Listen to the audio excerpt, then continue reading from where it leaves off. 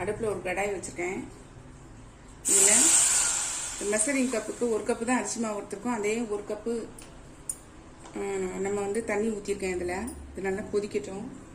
இதுக்கு இந்த மாவுக்கு தேவையான உப்பு இதில் சேர்த்துட்றேன்.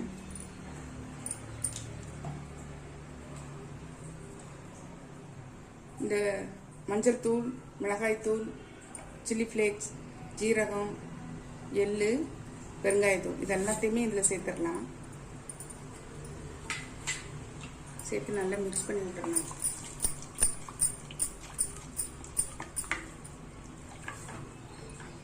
கொதிக்க ஆரம்பித்த உடனே நம்ம இந்த மாவை உள்ள சேர்த்து கிளறிடலாம். நல்லா கொதிக்க ஆரம்பிச்சிச்சு பாருங்க. இப்போ இந்த கருவேப்பிலை, கொத்தமல்லி கொஞ்சமாக நறுக்கி வச்சுருக்கோம் இல்லையா, அதையும் இதில் சேர்த்துடலாம்.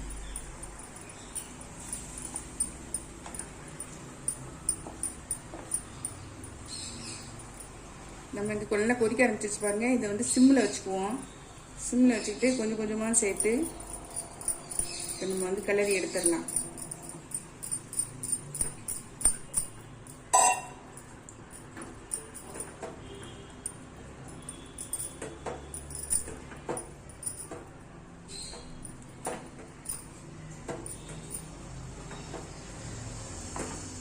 நம்ம சேர்த்துருக்க தண்ணியே போதுமானதாக இருக்கும்.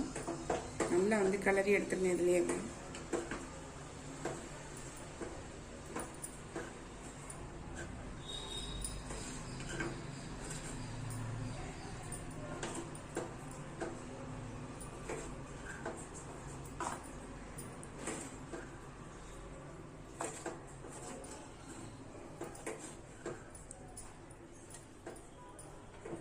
நல்லா வெள்ளை மாவு இல்லாத அளவுக்கு நல்லா சேர்த்து கலந்து விட்டுருங்க. நல்லா ஒரு தட்டு போட்டு மூடி வச்சிடலாம். கொஞ்சம் நேரம் அந்த அப்படியே ஆவியிலே வேகட்டும். இப்போ அடுப்பு ஆஃப் பண்ணிட்டேன்.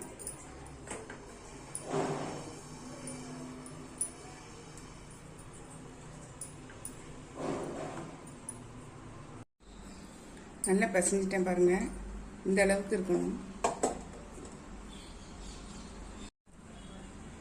நான் இந்த முறுக்கு உலக்கில் ரிப்பன் பக்கோடா சில்லி இருக்கு பாருங்க, அதை போட்டு உள்ளே வந்து இந்த மாவை உள்ளே வச்சுருக்கேன். இன்னும் கொஞ்சம் கூட வச்சுக்கலாம்.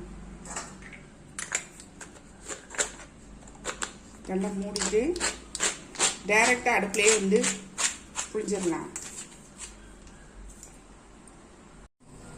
நம்ம இப்போ இதை எடுத்துடலாம்.